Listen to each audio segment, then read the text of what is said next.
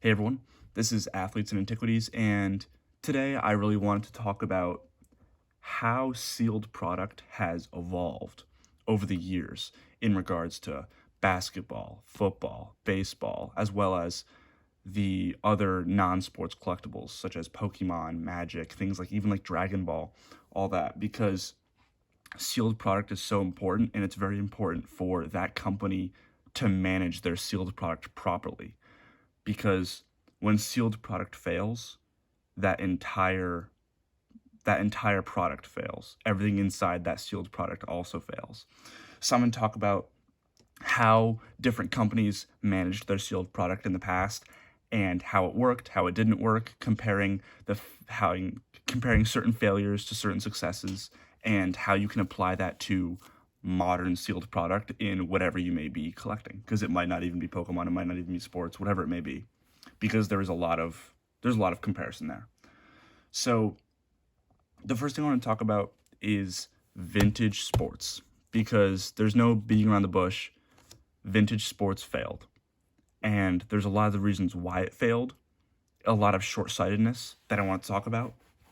So here, I'll just kind of isolate the sports here. So this is a box of 1990 Fleer basketball. It retailed at the time for about $25 to $30. About $30 is closer. It was about 75 cents ish a pack. And so this retailed for $30. And what do you think it sells for now? It's a sealed product that's been sealed for 30 years. What do you think it retails for? Now this product sells for $50. It only increased $20. Barely double, not even double what it was in the past in 30 years. That's a clear sign of poor market manipulation by the company and a lack of knowledge of what they were really doing with their product. Because even though you might think, oh, they sold it, they dumped it, it doesn't matter. Once the company sells it, they've made a profit. It doesn't matter if they made too much and there's no secondhand market. But in actuality, it really does. Because when there's no secondhand market, the people that are buying it, they know that there's not much value attached to what they're buying. So if the 1990 Fleer failed, 1995 Fleer I'm sure would not sell as well, because people are less inclined to buy it, knowing as soon as I buy it, this is going to tank, because there's way too much out there. Everyone's going to have it. There's going to be no demand for this ever in the future. So with early basketball, with early football, with early all sports, they had the name the junk wax era, and it was called the junk wax era. One, because all the packs were wax. Like, so this is sealed, but like you can still access the packs. None of the packs have been touched though, so you can see the packs. They're called wax because they're made out of wax. All the packs were, and they call it the junk wax era because there was so much saturation. There was little care from Fleer and other companies about how much they were dumping. They put so much on the market because sports were so hot at the time. They put so much on the market that there was more out there than anyone really cared for. So boxes like this just sat on shelves for 30 years. And it maybe increased $5 here, $5 there, as more people wanted this, as it became more vintage. Even though this isn't really super vintage as far as sports go, because sports is older than dirt. But for people like my age who weren't alive in 1990, it's considered vintage. And so the demand has slowly risen for these, but it has so much catching up to do because there's so much out there. That market will never dry up, as opposed to things like first edition base, where that market is pretty much already dried up. When a box hits the market, it like makes news in the hobby and everyone's watching it because there's so few out there. And that first edition base box was released 10 years after this box. And it sold for, you would buy it retail for $100 when Pokemon came out, and now it's worth what, like 10,000 times that? I don't know. But we'll get into vintage Pokemon in a second. So I just want to talk about vintage sports. This is an example of what not to do with your sealed product. There's two extremes to sealed product: releasing too much and not releasing enough.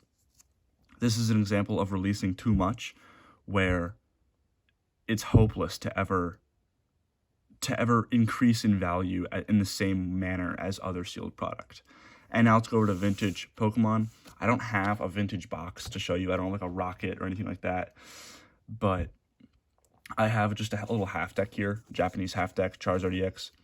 And I'm going to show you, one, the prices of this in particular, and also the prices of other sealed product from the Wizard of the Coast era, because this isn't WotC, this is early EX. But so this box retailed for about $25 and is now worth $45 to $50. This retailed for about $15. What do you think this is worth now?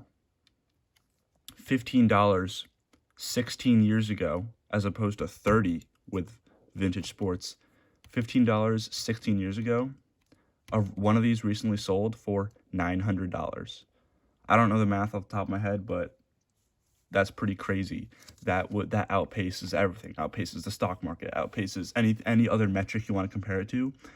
Vintage Pokemon outpaced everything, and that's because of the way it was released. Now this isn't. Now pretend like this is like a WotC box or something. Picture first edition base is kind of it's too historic to really be able to draw up many comparisons, because obviously it increased. But like first edition Rocket boxes, there was a lot of them out there, and for a while they didn't increase too much. But that box retailed for $100. But the thing with first edition base was, first edition was only ever going to be one print run. They weren't going to print more because there was demand. Like with vintage with vintage sports, they'd print some, but they were still selling, so they just printed more and printed more and printed more until there was way too much to handle.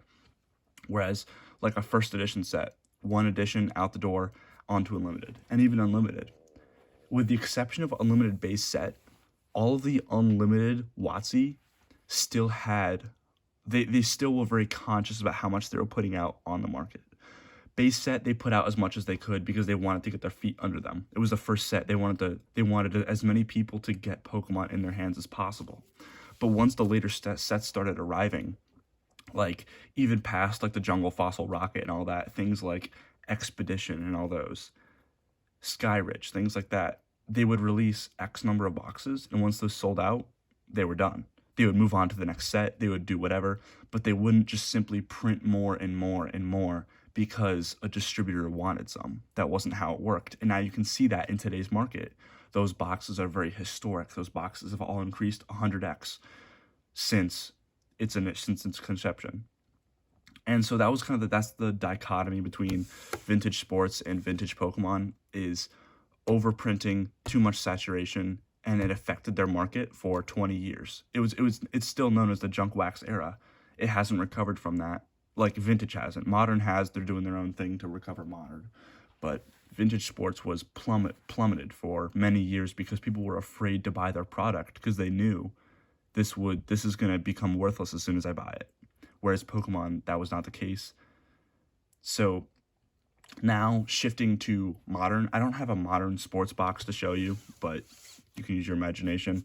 I don't have a modern booster box, but I have like modern like small release decks and stuff like that because I don't really buy booster boxes. But this is an example of a modern product. And now, as Pokemon has gained in popularity, they followed a similar trend as wax era sports, where they've gotten so popular, the company realized, oh, we can just keep on printing and keep on printing and keep on printing, because there will always be a distributor out there that will buy it, and there'll always be a consumer to buy it from that distributor. And you can really see the ramifications of that. It was probably the worst in late EX series and pretty much all of Sun and Moon.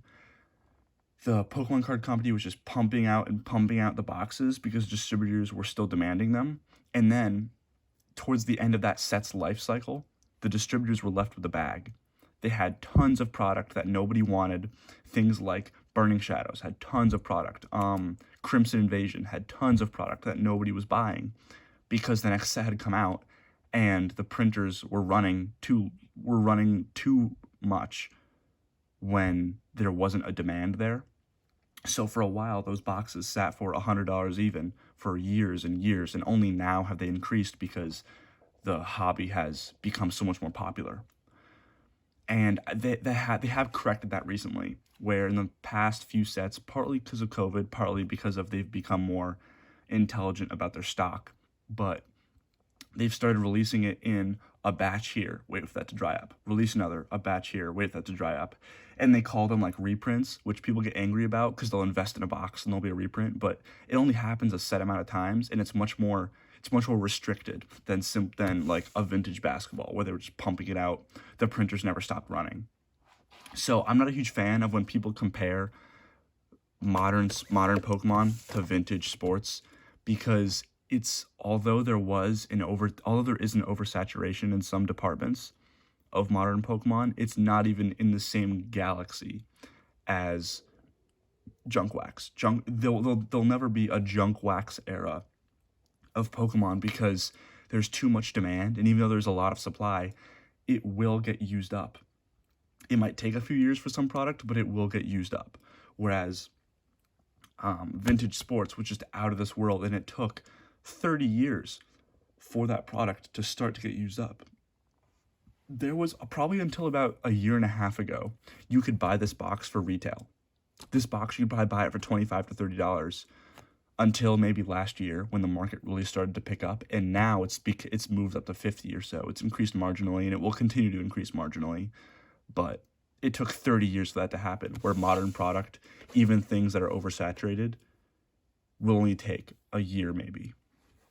And so this is a perfect example, because this product, I bought it because it has 3 Charizards in it, and it was only $25.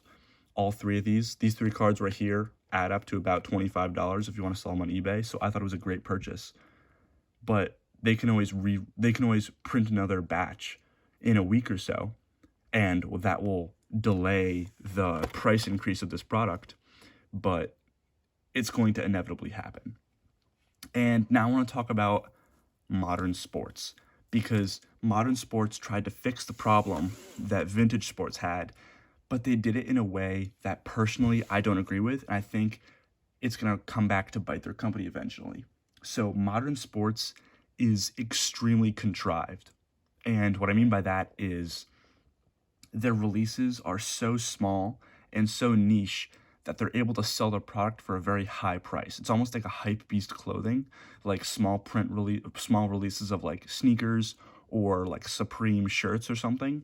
They'll drop a certain amount knowing that those shirts will go for an exorbitant price. And then they're happy, those few people are happy, but the large market isn't. And it increases the demand for their product, which is what they want, but I think it's going to hurt them in the long run. So one of the biggest examples is 2020, the NFL, I believe it's Optic or Prism. I think it's Prism. The release is happening either like it just happened today or it's going to happen around this week or so. And the way they're doing it is a Dutch auction. And Dutch auctions are the most contrived way to release a product, and I couldn't even fathom if Pokemon attempted this. What a Dutch auction is every product. Let's say this was released in a Dutch auction, and they made 1,000 of these. They obviously made way more than 1,000, but that's just an example. So they released 1,000 of the Reshiram and Charizard League Battle decks. They released them on their website as a buy now of $2,000. Now nobody's ever going to pay $2,000 for these, but let's say every hour or something, every half an hour, they slowly reduce the price. So it starts at 2,000, then it goes to 1950, then 1900, 1850, 1800, and it slowly goes down until people start to buy that product. And people will often overpay with this style because they're afraid to miss out on that product. So they don't want to wait until this goes down to 100, because by then the product has been available and slowly declining, and somebody might be willing to pay 150. Somebody might be willing to pay 200. So these products get upcharged tremendously because of the style of release. Like with, I believe it is Prism, not Optic, but like Prism, it's not going to go for $2,000, but if it wasn't a Dutch auction, it would probably go for 3/4 of what it actually went for, because people are afraid to miss out on it, so they'll overpay. And then there's lots of scalpers who will buy a ton of product, wait a couple weeks, and then dump it all for a huge price increase. Stuff like that, where that can't really happen with Pokemon because they don't release it in this extremely contrived way. So I think that is very short-sighted because people are going to lose interest in that product. If they can consistently not get it for whatever price they think it's worth, and it keeps on getting sold for extremely high prices and resold, I think that market will see the effects of that very soon, because the children who want this product, they're going to get turned away. They can't afford that product because of the small release. It's unnecessarily small to increase their own hype. So I think they're going to see ramifications to that. I think they're going to have to correct that in the next couple of years. It can't keep on going on like that because the market is way too. Someone's going to get left with the bag, is what I'm trying to say. Someone's going to get left with the bag because everyone's trying to resell, hold out, buy high, buy low, sell high kind of thing. And not enough people are just enjoying the product because everyone's in it to make money off these really short releases because there is an availability there for that. Whereas Pokemon will just dump a whole bunch of boxes and say, hey, once they sell out, they sell out, but this is our retail price. That is a much healthier way to stimulate interest than this contrived Dutch auction style. So that's just my quick analysis of vintage sports, modern sports, vintage Pokemon, modern Pokemon. I think the way things were released in the past will reflect how the sports market is changing their market, how their style is changing, how the Pokemon market is adapting to this new style, how they're becoming much more conscious about their releases, because history repeats itself. So the mistakes that were made by vintage basketball, hopefully people pay attention to, and that doesn't happen again with Pokemon trying to dump too much product like it did with like Crimson Invasion and stuff like that. So that's all I had today. Let me know what you guys think. If you have similar ideas, if you disagree with what I said, agree with it, whatever, let me know. But yep, thanks.